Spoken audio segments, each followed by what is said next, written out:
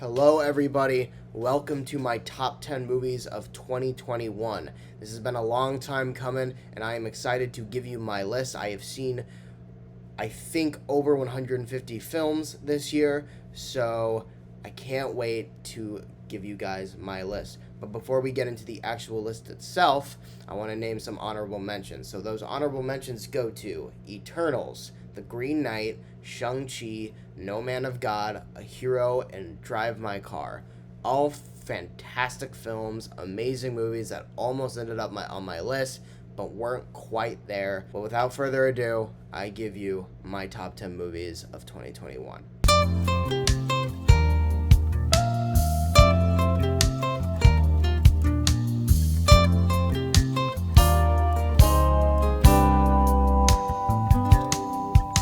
So coming in at number 10 is The Suicide Squad.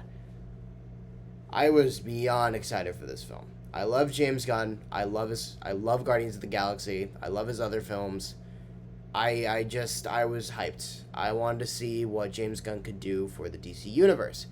And it exceeded all of my expectations. And actually, this film was better than I even thought it would ever be. And that is because with some strong characterization, a great team up, a great ensemble, it was just an amazing film that was just a lot of fun to watch. It's not the best movie I've ever seen, but the film knows what it is, and that is a high-stakes action film. And because of that, the film works so well. I can't wait for Peacemaker. I think that show is going to be awesome. So let's go on to number 9.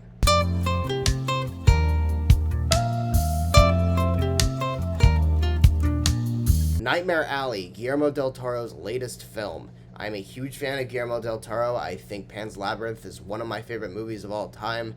So Nightmare Alley was on top of my anticipation list, and this movie was amazing, and I really didn't expect it not to be. I was just in love with this film.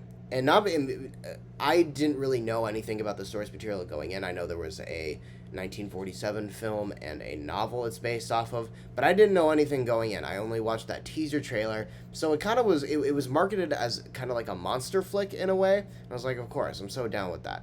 But it was so much more than that. It was a human story, and I loved every second of it. So let's get on to number 8.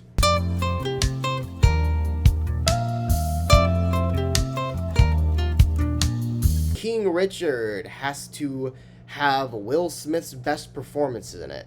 I don't think I've ever seen Will Smith in such an amazing movie doing such a great job before. He killed it. He was the best part of this film, and that is hard because I don't really like Will Smith at times, and he just killed it. He blew me away.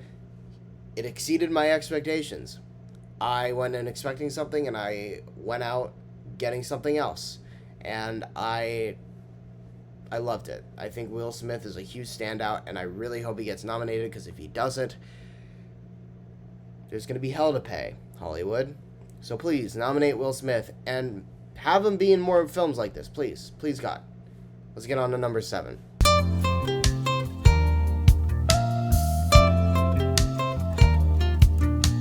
Summon of the Gods is an animated foreign film, and let's just say it's about a man who decides to climb, I think, the southwest region of Mount Everest. And it's more than that, but it's a film that I had no idea existed until I randomly came upon it on Netflix, and I watched it, and holy shit, it's probably one of the most intense films I have seen all year, or in years to be exact.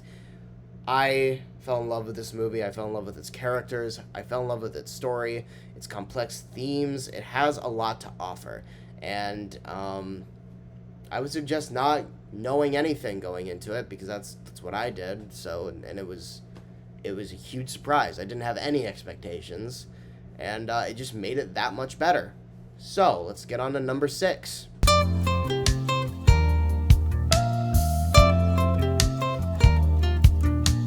Mass is a film that I heard a lot of buzz about, and I was very, very excited to see. I heard that Fran Kranz did a really good job of having this film kind of just be one conversation. And people were obviously so right. This film is amazing. And not just because the direction is beautiful, it's also because of those performances. These are the 4 best performances I've seen all year. This is probably my favorite, might be my favorite casting ensemble of the year. Besides maybe one movie. But we'll get into that when we get into that. So let's go on to number 5.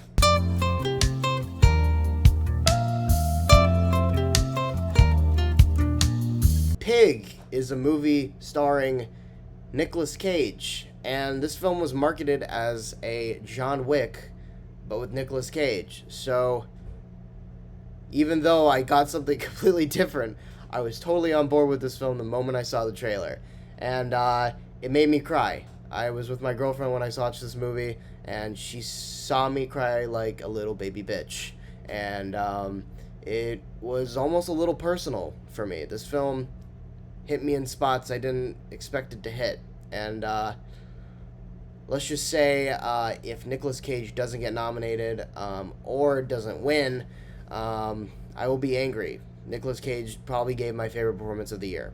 So let's get into number 4.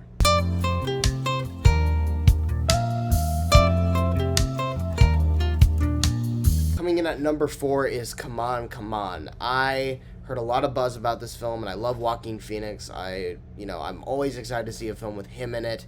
So I went in with some pretty high expectations, and even when I went into this film with such high expectations, I was still blown away by it.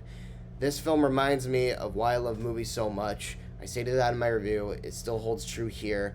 I think this is definitely one of the more happy films I've seen this year, and rightfully so, because I saw a lot of depressing shit, and this movie just made me smile and glad to be alive. So, Come On, Come On. Great movie. Amazing performance by, I think Woody Norman is the kid's name. He did a fantastic job. Joaquin Phoenix was amazing as usual, and I highly suggest it. It's a great A24 film and probably my favorite of the year. So let's get into number 3.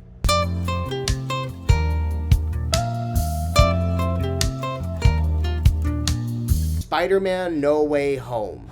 This film had a lot of shit to live up to, and it lived up to every single thing, and actually exceeded some of those things. I can't spoil it. I can't say anything. I still won't do that. I just find that rude. But this film was everything I wanted it to be and more, and it actually served as a great character arc for the character of Peter Parker. It wasn't just some nostalgic, messy film.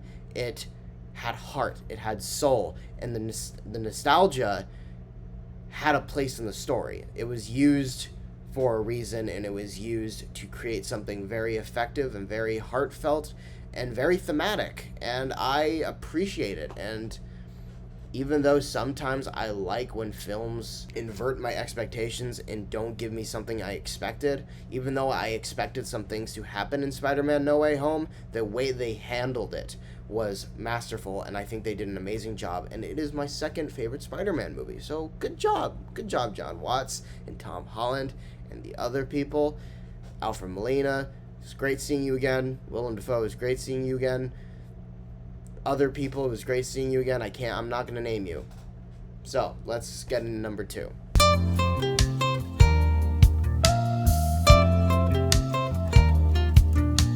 Coming in at number 2 is Dune. Yes, I know. This film was so close to being my number 1. This is like the Star Wars of our generation. Of course, the cinematography is amazing. The direction by Denis Villeneuve is incredible. But what I found so surprising was how well they were able to adapt this film from a book. This story is rich and full of character and heart and themes, and ones that are very well explored in this film. Even though it's kind of just half a movie, I was always engaged, and it never felt like things weren't earned. Everything felt earned. The way it ended felt right, even though it is technically it's half a film, even though it does feel that way. It also doesn't feel that way, because it feels like you get a complete experience, which is hard for a movie in the beginning of a two-parter or a trilogy to do. Sometimes it leaves you feeling more empty than satisfied. But with this film, it totally killed it. I love Dune. It's a masterpiece. I highly suggest everyone goes to see it. If you haven't fucking seen it already, please God, buy it on Blu-ray. Do whatever. Just watch the movie.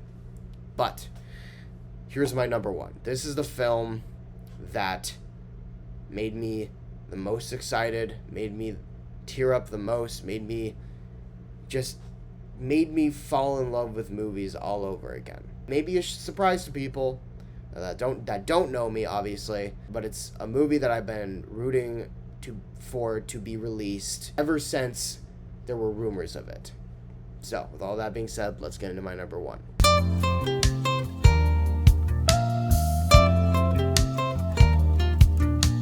Zack Snyder's Justice League. Holy shit, it feels so good to say that. I love this film. It's 4 hours long. Yes, I know a lot of people probably can't handle that, but Lord of the Rings, those movies are just as long. Maybe even a little bit longer, if I remember correctly.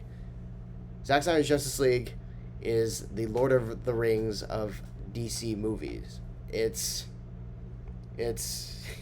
has so much I love about it, including its amazing characters. It literally fixed all the problems I had with the 2017 version, even though those are two completely different movies. You can't even compare Zack Snyder's Justice League to the 2017 Abomination. This film is the source material and the script actually done right, and it does it with care, and I can tell that Zack Snyder loved making this movie. I can tell that he wanted to make this film, especially since I learned after I watched the movie itself that he didn't earn any money making this cut. He didn't earn any money, and that made me so happy. And it was for his daughter, who sadly took her own life. And this film did a lot for me, and it did a lot for all types of people. A lot of DC fans were happy, including myself, and it's probably my favorite DCU movie and my favorite DC movie I've seen in years. I love Zack Snyder's Justice League. It's a great conclusion to at least this trilogy of film, this arc of movie. I want to see the last two parts. I know we don't know if we're going to get it, but I still have hope, and I really do hope that the Snyderverse lives. That being said, don't be toxic about it. There was a lot of toxicity following this film, and it made me sad, because this is clearly a vision of a director who cares about his vision. So it was nice to see it. Never expected it to be released, even though I was cheering it on, and I was so happy to see that this film ended up being the masterpiece that it is. So that concludes my top 10 movies of 2021. If you enjoyed this video, please leave a like, comment down below your list. I'd love to hear your thoughts and what you think of these films, as well as what you think should have been on the list. Please let me know down below. I'm here to talk. I'm here to make new friends. I'm here to do whatever the fuck. I love doing this, and I can't wait to review more films in 2022. It's going to be a big year. So, that being said, guys, I will see you in the next video.